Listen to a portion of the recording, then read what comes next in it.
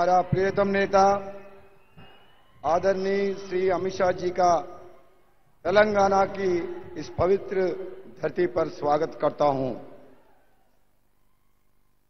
అదే విధంగా వేదికల నుంచి పెద్దలు కిషన్ రెడ్డి గారు, పార్టీ రాష్ట్ర అధ్యక్షులు బండి సంజయ్ గారు, తరుణ్ చుగ్ గారు, చాలా మంది నాయకులు, ప్రతి ఒక్కరికి కూడా సమయం తక్కువ ఉంది కాబట్టి పేరు పేరున ఈ రోజు తెలంగాణ నలుదిక్కుల నుంచి వచ్చేసిన అక్కలారా, అన్నలారా, తమ్ములారా, కష్టాలు, నష్టాలు, బెదిరింపులు అన్నిటినీ తట్టుకొని నాతో కలిసి ప్రయాణం చేస్తున్న నా ఆత్మీయులారా, అభిమానులారా, మీ అందరికీ వందనం, అభివందనం.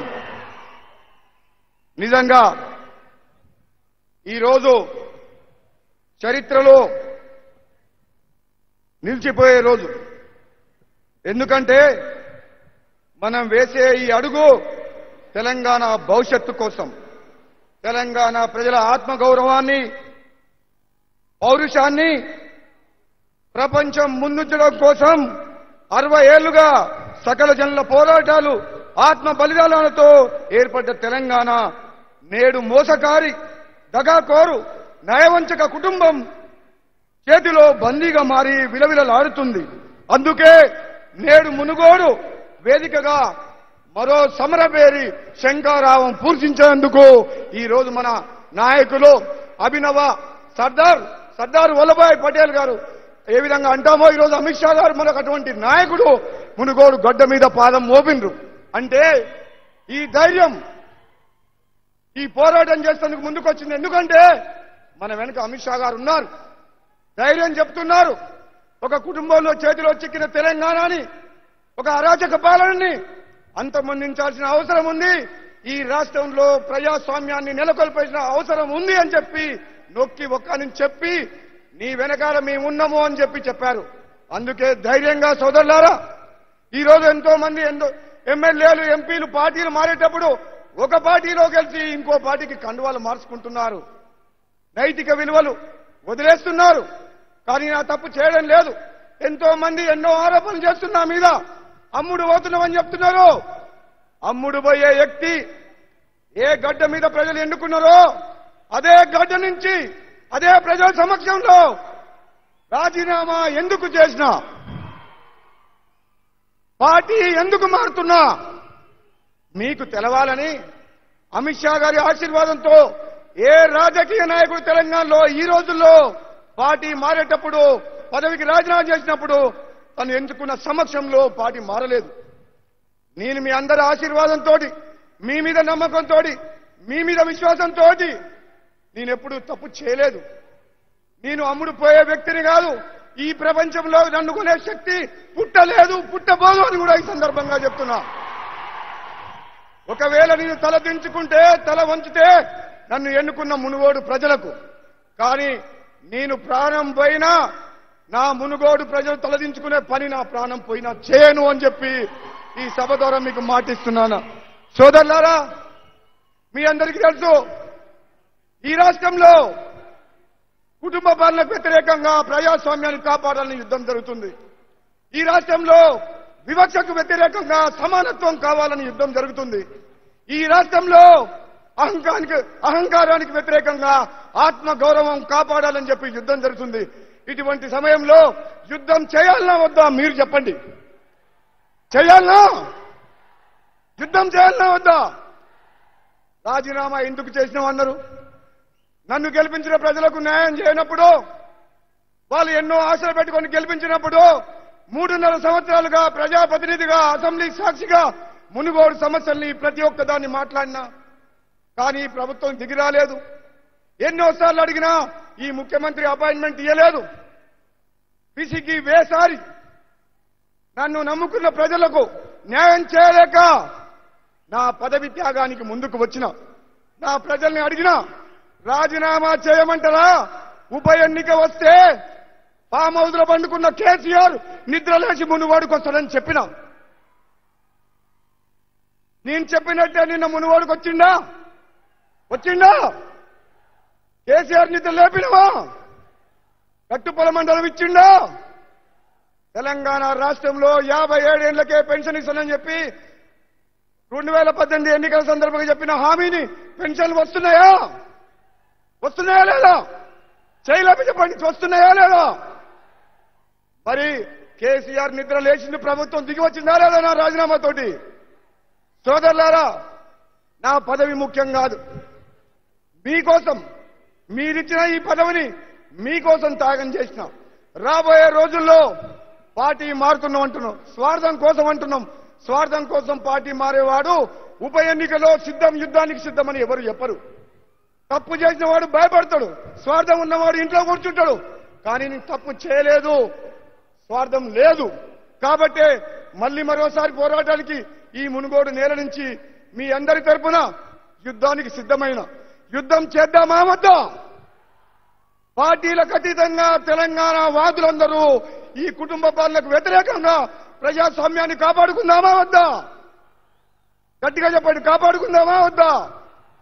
మనకి ఏ న్యాయం చేసిందని చెప్పి 1400 మంది యువకులు ఆత్మ బలిదానం చేస్తే, ఆనాడు పార్లమెంటులో నేను తెలంగాణ గొంతు వినిపిస్తే, మా వివేక్ వెంకటస్వామి గారు ఉన్నారు ఇక్కడ, 5 ఏళ్లు కష్టపడి తెలంగాణ తీసుకొస్తే ఈ రోజు తెలంగాణ ఎవరి పాలైంది?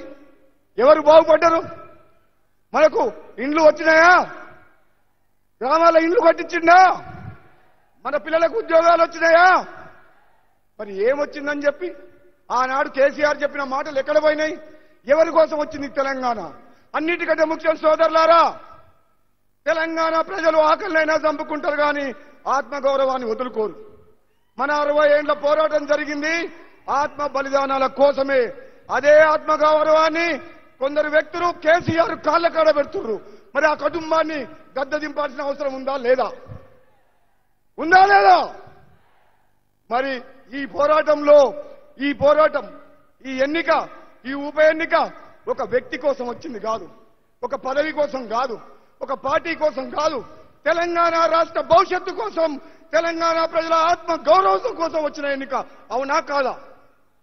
అవునా కాదా? మరి ఆత్మ గౌరవాన్ని కాపాడుకోవాలంటే, రేపు రాబోయే రోజుల్లో తెలంగాణ భవిష్యత్తు నిర్మాణం చేయాలంటే మనం ఒక చారిత్రాత్మకమైన మునుగోడు ప్రజలు ఒక చారిత్రాత్మకమైన తీర్పు ఇవ్వాలన్నా వద్దా?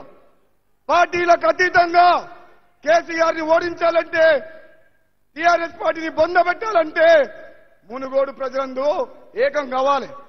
ఇది పార్టీల మధ్యన పోరు కాదు, ఎమ్మెల్యే పదవి కోసం కాదు.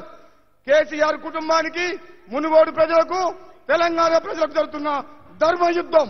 ఈ ధర్మం యుద్ధంలో మీరందరూ ధర్మం వెంట ఉంటారా లేదా? ఉంటారా లేదా? ధర్మాన్ని కాపాడదామా లేదా? సోదరులారా, సమయం తక్కువ ఉంది. అమిత్ షా గారు మన మీద ప్రేమతోటి తెలంగాణ ప్రజల్ని కాపాడుకోవాలి, ఒక కుటుంబంలో చిక్కిపోయిన తెలంగాణని కాపాడాలి. వీరు రాజీనామా చేయాలంటే ఒక్క నిమిషం కూడా ఆలోచించలేదు. మాకు పదవులు రాదు, తెలంగాణ ఇచ్చిన తర్వాత పార్టీ అధికారంలోకి రాకపోయినా, మేము ఓడిపోయినా బాధపడలేదు. కానీ ఒక నియంతలాగా పరిపాలించుకుంటూ, నిజమైన ఉద్యమకారులను అడుగడుగునో అవమానించుకుంటూ, తెలంగాణ ద్రోహులను పక్కన పెట్టుకొని పరిపాలిస్తున్న కేసీఆర్ కి బుద్ధి చెప్పాలన్న ఏకైక లక్ష్యంతో నేను రాజీనామా చేసి మీ ముందుకు వస్తున్నా. మీరందరూ కూడా ఆలోచన చేసి, నా భవిష్యత్తు కాదు, మీ భవిష్యత్తు, మీ పిల్లల భవిష్యత్తు, తెలంగాణ భవిష్యత్తు, ఆర్థిక సంక్షోభంలో అప్పుల పాలైన తెలంగాణను కాపాడాలంటే అది కేంద్రంలో అధికారంలో ఉన్న మోడీ గారి నాయకత్వంలో, అమిత్ షా గారి నాయకత్వంలో, అది భారతీయ జనతా పార్టీతోనే సాధ్యం. కాబట్టి మనందరం కూడా మోడీ గారి నాయకత్వంలో, అమిత్ షా గారి నాయకత్వంలో పనిచేద్దామా లేదా? చేయలేమో చెప్పండి, పనిచేద్దామా లేదా? మోడీ గారి, అమిత్ షా గారి నాయకత్వంలో పనిచేద్దామా? సోదరులారా, రాబోయేది యుద్ధం. మీరు సైనికుల్లాగా, ఉద్యమకారులందరూ కూడా మలి ఉద్యమానికి సిద్ధంగా ఉండండి. నేను వెనుకడికి వేసే ప్రసక్తే లేదు. కేసీఆర్ పాటలు నమ్మే స్థితిలో తెలంగాణ ప్రజలు లేరు. మనం 21వ తారీఖు నాడు మీటింగ్ పెట్టుకున్నాం, నెల రోజుల ముందు డిక్లేర్ చేసినాం. అది ఓర్వలేక ఈ మీటింగ్ ని ఫెయిల్ చేయాలని నిన్న కేసీఆర్ గారు మీటింగ్ పెట్టింది. ఎంతమంది వచ్చిర్రు? డబ్బులు ఇచ్చి లారీలు పంపిస్తే, ఆటోలు పంపిస్తే జనం ఎక్కలేదు. నిన్న మీటింగ్ చూసారు కదా మన వాళ్ళ, లాస్ట్కి ఏం మాట్లాడిండు? వాళ్ళ అభ్యర్థి పేరు కూడా డిక్లేర్ చేయలేని పొజిషన్లో ఉన్నాడు. లేదు, దమ్ము లేదు, ధైర్యం లేదు. ఏ రోజైతే నేను ఢిల్లీకి పోయి అమిత్ షా గారిని కలిసి వచ్చిందో నెల రోజుల క్రితం, ఆ రోజు నుంచి కేసీఆర్ కు నిద్ర పడతలేదు. కాళేశ్వరం ప్రాజెక్టులో దోచుకున్న అవినీతి సొమ్ముతోటి మూటలు పంపించి నాయకులను కొంటున్నారు ఇతర పార్టీల నుంచి. నాయకులను మీరు కొనుక్కోండి, ప్రజలందరూ మా వెంట నడుస్తారు, మీ అవినీతి సొమ్ముకు మీరు పంచిపెడితే తీసుకుంటారు మా వాళ్ళు, ఎందుకంటే మీరు కష్టపడ్డ సొమ్ము కాదు. కాబట్టి సోదరులారా, అమిత్ షా గారు వచ్చిందంటే మీరు అర్థం చేసుకోండి, మన భారత ప్రధాని కేంద్ర ప్రభుత్వాన్ని అమిత్ షా గారిని నానా మాటలు అన్నాడు. నిన్న చెప్పిండు నేను భయపడనంటుండు, ఈడీ అంటుండు, బోడీ అంటుండు. అసలు నువ్వు తప్పు చేయకపోతే ఎందుకు మోడీ అమిత్ షా గారు కళ్ళలోకి వస్తుంది? మీకు ఈడీ బోడీ అంటే దోచుకున్నావు అన్నట్టే కదా. దోచుకున్నావు కాబట్టే నీకు నిద్ర పడతలేదు. తప్పు చేసినోనికే భయం ఉంటది. నువ్వు అంటే భయపడుతుండు ఈడీ ఈడీ అని. ఈడీ నిన్నేమనదు. ఒకవేళ తప్పు చేస్తే అన్ని మీ ఇంటికి వస్తాయి. చట్టానికి నువ్వు చుట్టం కాదు, నిన్ను వదిలిపెట్టే ప్రసక్తే లేదు. నువ్వు దోచుకున్న సొమ్మంతా కక్కిచ్చి తెలంగాణ పేదలకు పంచిపెట్టడం తప్పితే వదిలిపెట్టే ప్రసక్తే లేదు. నువ్వు చెప్తున్నావు బీజేపీ పార్టీ వస్తే కరెంటు మోటార్లకు మీటర్లు పెడతారని చెప్తున్నావు. మరి హుజురాబాద్ లో దుబ్బాకలో బీజేపీ పార్టీని గెలిపిస్తే మీటర్లు పెట్టినరా? పెట్టలేదు. మరి మునుగోడులో గెలిపిస్తే ఎందుకు మీటర్లు పెడతారు? రైతులందరినీ భయపెట్టించి బెదిరించి వాళ్ళకు చెప్పి మీకు మీటర్లు పెడతారు. బీజేపీకి పోతే ఆలోచించి ఓటేయండి అని చెప్తుండు. నిద్ర పడతలేదు కేసీఆర్ గారికి. మునుగోడులో ధర్మం గెలుస్తుంది, భారతీయ జనతా పార్టీ గెలుస్తుంది. ఆనాడు చెప్పిన 2018లో కేసీఆర్ పతనం మునుగోడులో స్టార్ట్ అవుతుందని అని చెప్పి మళ్ళీ చెప్తున్నా, మునుగోడు తోటి కేసీఆర్ పతనం స్టార్ట్. అది అమిత్ షా గారి చేతుల మీదుగా ఈ రోజు స్టార్ట్ అవుతుంది. సోదరులారా, మన వెంట అమిత్ షా గారు, మోడీ గారు ఉన్నారు కాబట్టి ధైర్యంగా ప్రజాస్వామ్యాన్ని కాపాడుదాం. మునుగోడు ప్రజల్ని, తెలంగాణ ప్రజల్ని ఆత్మగౌరవాన్ని గెలిపిద్దామని చెప్పి తెలియజేస్తూ సెలవు తీసుకున్నాం. Thank you. జై తెలంగాణ, జై తెలంగాణ. భారత్ మాతా కీ, భారత్ మాతా కీ, భారత్ మాతా కీ. మోడీ గారి నాయకత్వం, అమిత్ షా గారి నాయకత్వం. హాయ్ ఫ్రెండ్స్, మా టుడే టుమారో యూట్యూబ్ ఛానల్ చూస్తున్నందుకు చాలా థ్యాంక్స్. మరిన్ని లేటెస్ట్ వీడియోస్ కోసం వెంటనే సబ్స్క్రైబ్ చేయండి. అలాగే ఈ బెల్ ని కూడా రింగ్ చేసేయండి. మా నోటిఫికేషన్స్ అన్ని మీ మొబైల్లో వస్తాయి. అలాగే మా వీడియోస్ మీకు నచ్చితే లైక్ చేయండి, షేర్ చేయండి, నచ్చకపోతే కామెంట్ చేయండి.